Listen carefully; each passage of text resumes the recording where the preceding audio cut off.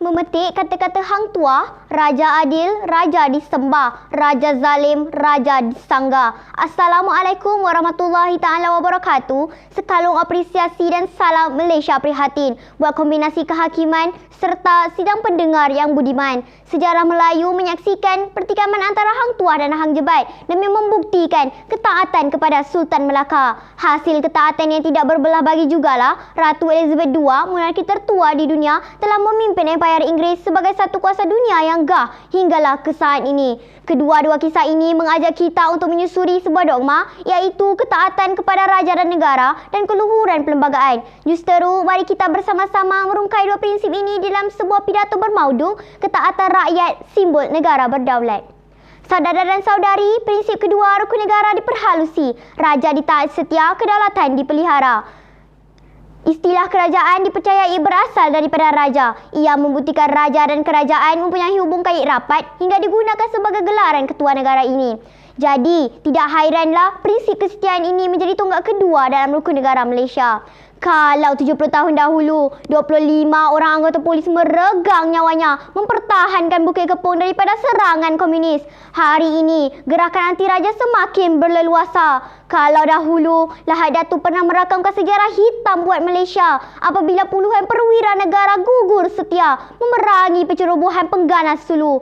Hari ini, keangkuhan membelakangkan keputusan Sultan membuktikan longgar sudah taat setia itu. Kalau dahulu, Lieutenant Adnan Syahid bertempur dengan tentera Jepun demi mempertahankan kedaulatan negara.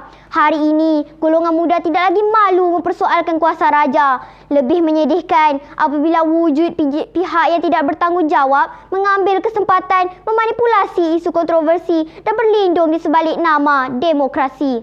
Mereka seolah-olah sengaja mencabar hak raja sebagai ketua tertinggi di negara ini, ibarat telunjuk lurus kelingking berkait. Lebih parah lagi apabila mereka sengaja menyemarakkan unsur-unsur negatif yang berbaur sentimen perkauman dan ideologi agama bagi menggugat keamanan negara.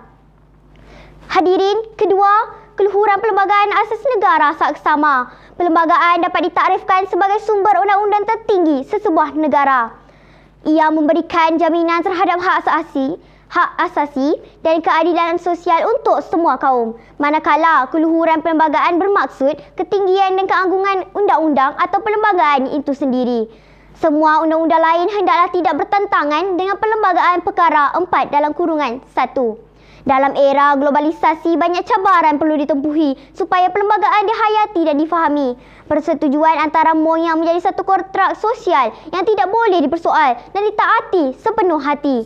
Namun, hari ini di dada akhbar, semakin banyak suara sumbang cuba mempersoalkan teras perlembagaan. Lebih merunsingkan, kegoyahan ini dapat dirasakan apabila Islam dipersendah, bahasa Melayu dicabar statusnya dan institusi raja diperlekehkan. Mereka mungkin terlalu leka diracun alpa dan semakin lupa inilah sumpah dan janji nenek moyang kita, amanat bapa kemerdekaan yang juga Perdana Menteri Malaysia yang pertama, almarhum Tunku Abdul Rahman Putra Al-Haj, yang wajar dijadikan kiblat paduan negara. Pesannya berbunyi, jika kita benar-benar mahu hidup sebagai satu keluarga dalam satu rumah bernama Malaysia, maka kita mesti ikhlas antara satu dengan lain.